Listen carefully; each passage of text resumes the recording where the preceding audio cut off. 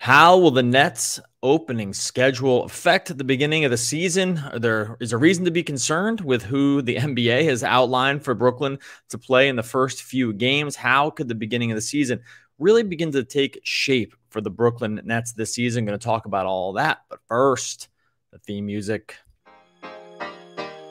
You are Locked On Nets, your daily Brooklyn Nets podcast. Part of the Locked On Podcast Network, your team every day.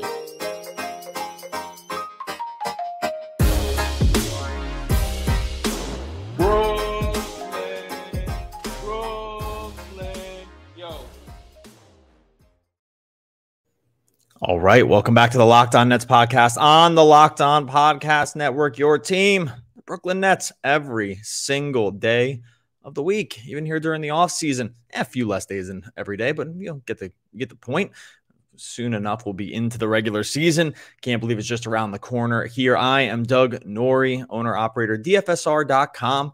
If you need some projections for FanDuel or DraftKings, go on over to DFSR.com. We're rolling through the NFL season over there, getting, kind of winding down with baseball, but it's all there at DFSR.com. No Adam Armbrecht, the host of the One Giant podcast. He's covering the New York Football Giants if you're getting into the NFL over there. So make sure you go check that out. He is not on the podcast today as we roll through the off season. All good. Got plenty to talk about because there was one thing that we didn't touch on over the course of the last couple weeks, just because there's been other stuff going on in Nets world. It's you always want that, when you're following a sports team, when you're covering a team, you want more news than less. And that has been the case with the Brooklyn Nets over the course of this summer, to say the least. They've been one of the most talked about teams in the league for good reason. Whenever a guy like Kevin Durant requests a trade and then, retracts a trade request over the course of a couple months, that's going to be a huge talking point.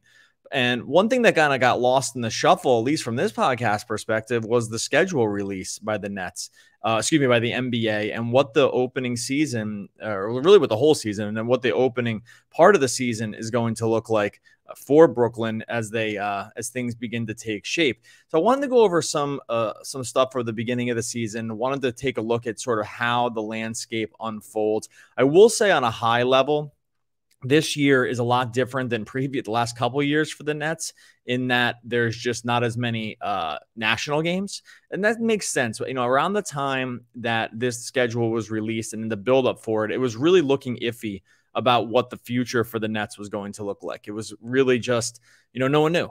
Kevin Durant had asked for a trade, and Kyrie Irving might not be on the team, and they might be going through a state of flux. And it's really not, it was really unclear at the time of the release around what this team was going to look like. And that obviously affects the amount of national coverage a team like the Nets is going to get, which they've been one of the most nationally covered teams over the last couple of years because, they're a big draw.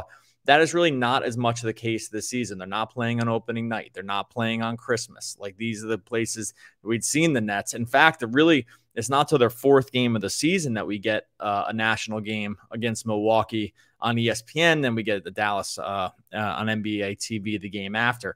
So it's going to be a little more YES coverage for those around. That's great. Great for us. I mean, we kind of tune into YES no matter what, because they have just the best local really announcers that there is, right? Like the Nets coverage is kind of unmatched around the NBA. If you take a tour around the NBA, we'd much rather listen to the YES crew than we would want to listen to really any of the national broadcasts, not even save for a couple. So regardless, that's the way, just on a high level, that the Nets season starts out, in the sense that we're not going to have those nationally televised games. And that I do think if they redid the schedule now, the Nets would be much more featured here. I think there's almost no doubt. Maybe not an opening night game, but Christmas almost definitely, you'd say, between Kyrie and KD just being on the team alone, that would put them there. They're still a national talking point when it comes to a team. So I do think that if the NBA redid it, which they're not going to do, obviously, but if they were to redo it here, I do think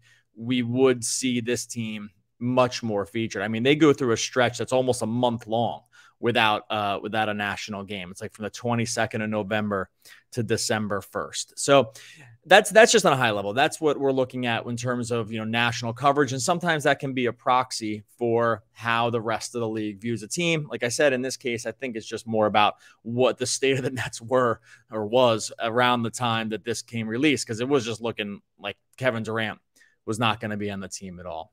But if you look at the beginning of the season, I do think it's interesting the way things are start to shake out for Brooklyn in what's going to be a really pretty critical opening stretch that's going to start defining what this team looks like. Because obviously the Nets have some of the most question marks in the league, if not the most question marks going into the season. Not necessarily on an individual level. Like, we know what Kevin Durant is. We know what Kyrie Irving is. I think we know what Ben Simmons is in terms of just like what we can expect if he were to come back to full health. And they have other role players who we've gotten long looks at that we know are, some of the best, shooters in the league. Joe Harris, Patty Mills, Seth Curry. I probably shouldn't have done in that order. People are going to get mad. But, we have those guys. We have some sort of high-level veterans maybe coming off the bench here to maybe even start. I mean, TJ Warren, Royce O'Neal. Like, we know on an individual level what we're getting with the Nets. But in terms of a team as a cohesive unit, there is a massive amount of question marks around this squad, which is going to make the beginning of this season really, really interesting. And it's not easy for the Nets here. Like, they were not gifted an easy schedule to start. Now, there's a lot of good teams in the East, so it's always any East team is gonna have a tough schedule this year, because it's just there's more good teams in the East than there are in the West. That's just the way things are breaking down. But even along those lines, let's go through the first 5 games of the season and why this could be maybe not necessarily a gauntlet, but why this could be a really, really interesting time for a team that has a lot of question marks going in. So the first game of the season is the Pelicans on October 19th. Then I'm going to go back through these games here in a second. I just want to give you the first 5 right out of the gate so we can start to look at it. October 19th is the Pelicans. That's how they open the season. Then October 21st, 2 days later, is against the Raptors, both at home. You like that. Then Monday is the 24th is the Grizzlies. That's in Memphis. Then they go 2 days later at Milwaukee. And then the 5th game is at Dallas, back at home in Brooklyn. So that's the first 5 games of the year. You'll know why in a few minutes why I'm going to cut it off there, because there's a big difference in how the schedule starts to break out. That's a tough opening schedule. It's not the hardest in the league. I don't think outside of Milwaukee you have championship contenders among this group, but you have 5 playoff teams from at least last season right out of the gate. And that's tough. I mean, like, these are, by and large, really well-coached teams. They are good, they're organizations that have done a pretty good job here overall. Like, it's not just all talent-based. It is talent-based, but in some ways they've punched above their weight, almost each one of them in these teams in terms of where they finished over the last couple seasons. So the first 5 games of the season for the Nets could be like a pretty tough stretch. Like, we're not talking 0-5 or anything like that here, but in terms of getting a good test from teams that have schemes that are pretty sound, from coaching staffs that are strong, from teams that are just talented. I mean, just that alone, it makes things tough. These first 5 games of the season for the Nets really could be a time when we as fans and we as Nets podcasts and we as Nets folks are really taking hard looks about what's happening with this squad, because it's not going to be easy. It's not going to be this is not just a 5-game layup where they're going to be able to get their feet underneath them and start to figure things out or be gifted with, some weaker matchups that you can kind of like make some mistakes. That's not going to be the case here. These are teams you really can't make tons of mistakes against because they just are good.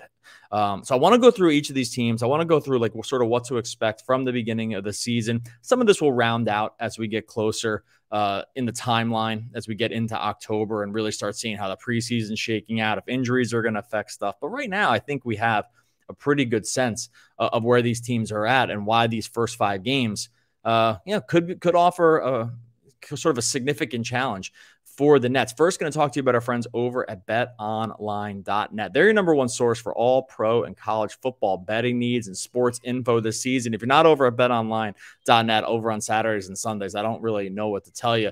You can find all the latest developments, game matchups. They got news. They have other podcasts if you're just interested in that.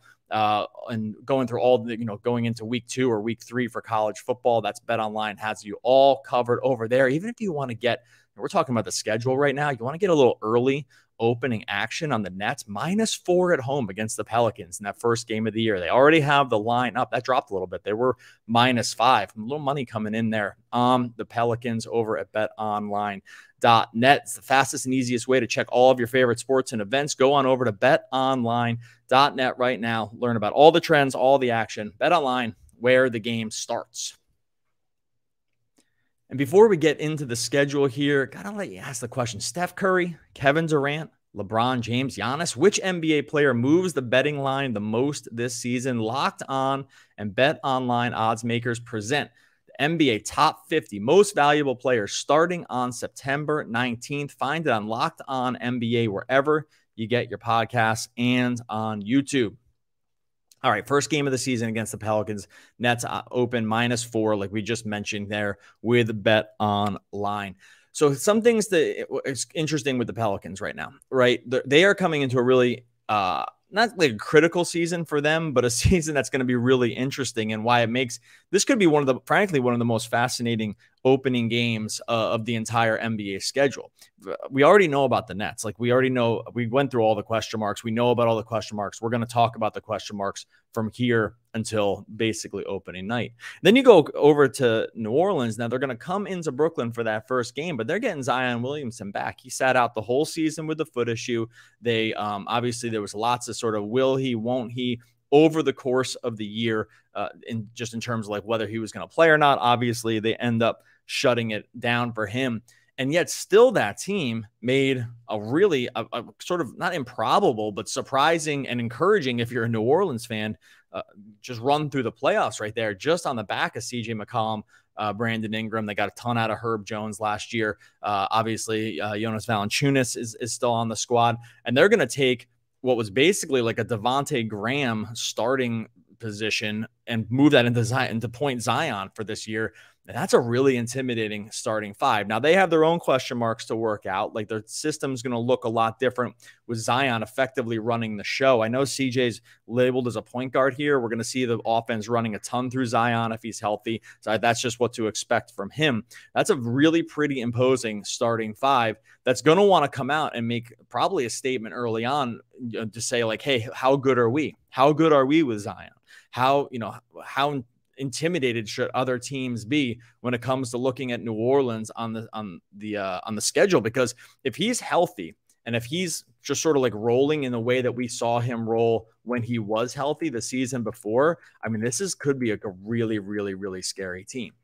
You probably are glad a little bit to catch them at the beginning of the year if you're just going to play them at all, just because of just the way things just sort of work out. Like, maybe they have their own sort of little kinks to work out. Maybe they're not struggling, but they're trying to figure out how it all kind of works together after never playing together, right? Like, this will be effectively a new team, because when you introduce a guy like Zion to the mix, it changes the way you did things the previous season. And that was a season, like, that team was basically what it was after the trade deadline. But dude, don't forget, 1 year ago, or excuse me, well, now 2 years ago, Zion averaged a 27, 7, and 4, 3.7 assists, but in just 33 minutes a game. He was ridiculous from the field, 61%, just because he gets everything at the basket so easily. And when it's rolling for him, he's what looks like one of the most sort of just intimidating and sort of scary matchups that you have in the NBA. And a guy that, will be, even with their current personnel, maybe you throw, Simmons at him, just a guy that any team is going to struggle with to sort of defend if it's all rolling together. And that's going to be the first game of the season. Now, from a basketball perspective, do you love it? Oh, dude, of course. Like, this is exactly what you want to see. There's so many talking points for a game like this, so many things to break down, even just leading into it and to speculate on, even things in game that is going to be fascinating to watch, just between two teams that are just have their sights set pretty high, have, superstars on the team. Multiple superstars are on these teams, and they're working with systems that we just haven't seen before, whether it's Zion working with this group, whether it's Ben Simmons now, how he fits in with the overall Nets scheme. This is going to be one of the most fascinating games on the early season schedule. So happy to be here for it from that perspective. Again, would love to I mean, maybe it just kind of works out. Like you'd say you'd love to get your feet under you a little bit, but they could say the same thing for the Pelicans as well. So maybe this is just where we are. But from a first game of the season perspective, you're definitely happy it's happening in Brooklyn. After that, could be a little bit of a scary one going into it. Second game of the season goes in Toronto. Again, nice to have Toronto coming here to Brooklyn. I believe we're still going to have the players ineligible piece going into Toronto for this season. It's still an issue going into through baseball season. I believe that's still going to be the case. So happy to have Toronto come into Brooklyn for this game and not have to go out where presumably Kyrie would not be able to play. If I'm wrong about that, let me know, but I'm pretty sure that's going to be an issue going through this season as well. But what we know about Toronto, what do we know about Toronto? We know that they're a team that's traditionally, not always, but traditionally played above their talent level. Like they have an interesting group of players in that it's not totally conventional. They're big, they're long, they're athletic, they can defend the heck out of the ball. Do they have like a traditional scorer, and maybe that's Van Vliet, maybe it's Siakam, however you depend to think about it. What we do know about Toronto is that they, from a scheme point of view, and from Nick Nurse getting the most out of what he has, this is a really problem team. Like this is a team that gave Philly a lot of problems in the playoffs last year. This is a team that went super unconventional in how they were running out their starting fives. If you're rolling out there Van Vliet, Trent, but then OG, Scotty Barnes, and Pascal Siakam as your 3, 4, 5, and just mix and match whatever the order you want is, that's a tough team.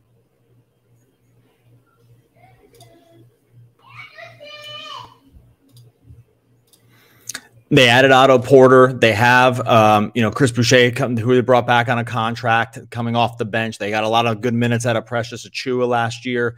So this is a team that could cause you problems. Like this is a team that for sure is not. Look, are they a championship contender? No, but were they going to give it their all? They always have with Nurse. Like they've always, again, punched above their weight is a term I've used multiple times here. That's always been the case with this team. And this is a team from a length perspective that can give you a lot of problems. So, and they're going to scheme you too. Like this is their thing we mentioned, at some degree, this is how it is with New Orleans, but like we know who runs really good schemes that can cause other teams, you kind of take away other teams' best things. Like we know Toronto is like this. We know Toronto gives you problems. Again, like, does this mean that the path to the championship is not there? No, but this is what you're dealing with early in the season. A couple of tough games. Again, glad that this one is in Toronto. Excuse me, not in Toronto, that it's in Brooklyn. Love that we're getting back-to-back home games at least to start the season. So that really helps this squad. But, but these are going to be some tough ones. And if any, especially against Toronto, like if you're worried about having some of your flaws on display, I think like that's maybe one way to look at it. Is a team like Toronto will expose problems that you have. They're not going to necessarily always take advantage of like things you don't do well, like on the offensive end necessarily, but will they let you know where you might have some weaknesses? For sure. And so just be a nice way. I think, again, this is good. I think in the end, these kind of games early on are going to be instructive. I think we would rather see some tough ones early on to know sort of what the Nets need to improve on, where some changes could be made, get some good teams out of the gate early. So we know, what changes and what other stuff has to be kind of implemented or what needs to be improved or what looks really good, because you can also come out of the gate looking really strong. All right, in a second, we'll break down just the next 3 games on the list and why they could be something problems for the Nets. All right, game 3 is against Memphis. One thing that's happening with Memphis to start the season, there'll be no Jaren Jackson. He's out to the beginning of the year after surgery. Probably going to start Brandon Clark at the 4, though I could see them going a little different, maybe shift things around, maybe get a Zaire Williams where they go, a little undersized. And get a little more spacing and scoring rather than Clark. We know that the minutes with Clark were really good. The Brandon Clark and Steven Adams combined minutes last year, something like 165 minutes together of plus basketball. So you're getting, it's not going to take a ton away if Brandon Clark is on the court. And, in continuing the theme of teams that outperformed expectation, I mean, did anyone outperform their expectation more than the Grizzlies last year? I'm not sure. I mean, this team was awesome during the season, went all the way into it with Golden State, and like they probably weren't threatening to win the championship, but made it way further in the grand scheme of things than anyone thought they were going to. And, you know, you're just getting another team that's really, really well coached. Like Taylor Jenkins is an awesome coach. Taylor Jenkins got more out of his team than anyone ever expected to last year. These coaches that seem to get more out of less. And I don't mean less in the sense that they don't have, like, Ja's obviously a superstar, you know, Jaren Jackson, you know, budding superstar, depending on where you think about him. But they definitely played way above their head last year. So there are some of these coaches that seem to get more. I would say Willie Green did that too with the Pelicans, got way more out of their team than you really would have ever thought or predicted. And that kind of ends up being a theme of these first few games, is that you're just playing these teams that are just going to hardcore scheme you and cause you real problems. They obviously have kind of bulldog types in guys like Dylan Brooks, Desmond Bane, my old favorite, because we really wanted the Nets to draft him that year. You know, they've gotten a ton out of him, more than most people expected. So this is just another tough game. It goes into Memphis. You know, that crowd's going to be rocking to start the season. And it just continues the theme that the Nets have of these tough games early on. And then you go game 4, Milwaukee. And if you're looking at a game that could really be something of a precursor or something of a window into what this Nets team is going to look like, or how they're going to fare in the East, or, you know, how they're going to fare against one of the hardest matchups you're going to get in a guy like Giannis, this game against Milwaukee is going to tell us a lot too. We'll see where we are 3 games in, you know, where they've landed and how, if there's time for panic, if there's time for rejoicing. But in terms of getting out of the East, ultimately, if the idea is championship or bust for the Nets this season, there's a world where it has to go through Milwaukee, or Milwaukee obviously factors in a big way into the title hopes, because they're just in the East. That's just where they're going to have to line up. Giannis is always a problem, almost no matter who the supporting cast is.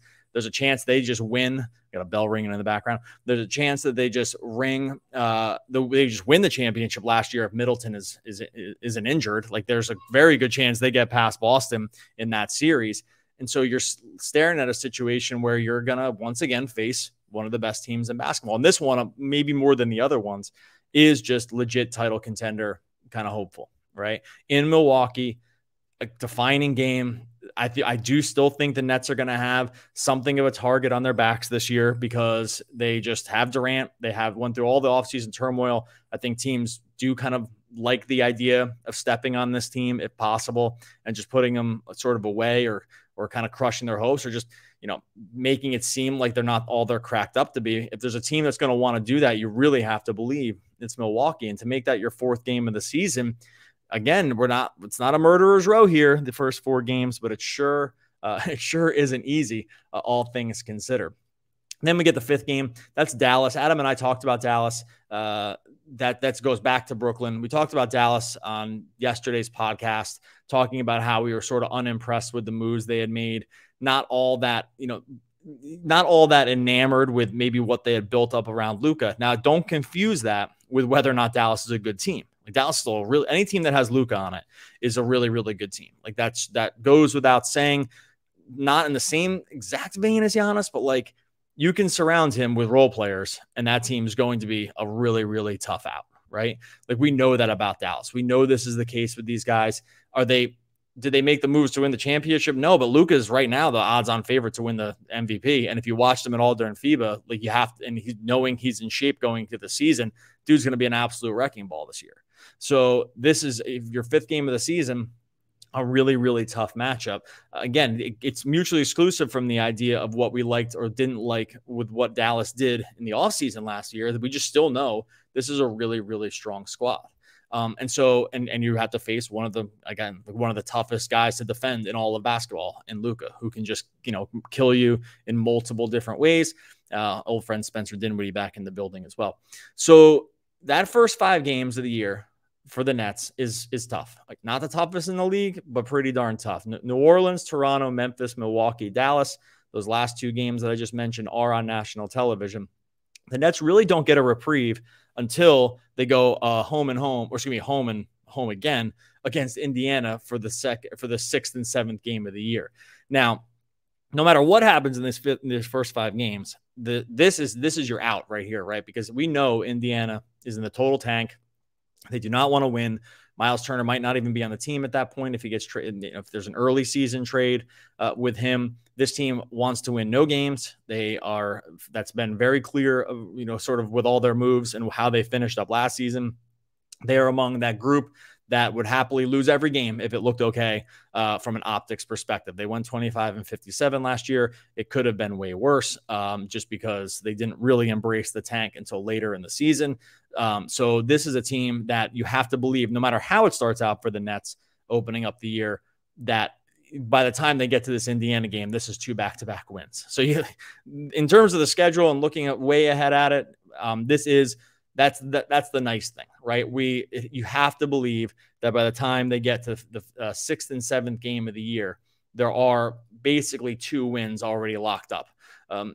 Again, can anything happen? Of course. Like, I'm not here to just, make huge proclamations about like putting your life on the line in terms of playing the Pacers.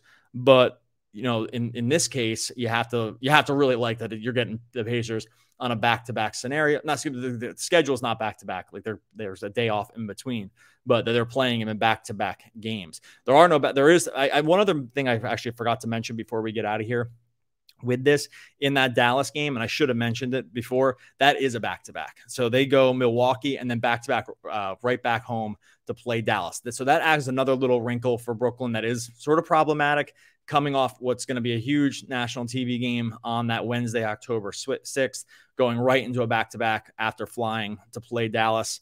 That's a bit of a rough stretch. So doesn't help their case at all with the Nets. Could see a rest day for one of the superstars also, depending on how the game went in Milwaukee. So beginning of the season, first 5 games, going to be a tough one for the Nets. Obviously, things change, injuries, other things impact this stuff as we go in. But I thought it'd be nice to look at how this early season could shake out for the Nets. We are going to obviously still be covering this stuff. Adam's going to be coming at you later in the week with more Brooklyn Nets stuff. Obviously, go check out our friends over at Bet Online. Make sure you subscribe to wherever you listen to podcasts, whether it's iTunes, whether it's Spotify. We're free and available everywhere. Almost going to be at 3,000, might even be at 3,000 YouTube subscribers by the time you listen to this one, or maybe you're going to be the 3,000th YouTube subscriber. So make sure you hit subscribe over on YouTube. As always, with these solo pods, it's always right around now where I forget that Adam is in charge of the quotes from the great American poets. So we do not have one of those today because I don't want to stop and look one up. But just know that we'll be back again tomorrow talking more Brooklyn Nets basketball.